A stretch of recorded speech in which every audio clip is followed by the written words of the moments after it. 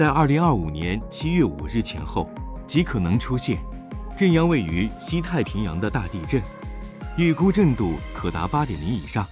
阿仁坐直身体，真的假的？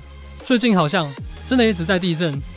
影片列出多个来源：美国地质研究所、菲律宾火山地震中心、日本气象厅，都在这周提出了观察期警示，而中国的官方媒体则低调处理类似资讯，几乎不报。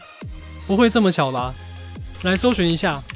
他搜7月5日地震，马上涌出大量文章与影片，甚至连 TikTok 都开始疯传来自匿名账号的文字。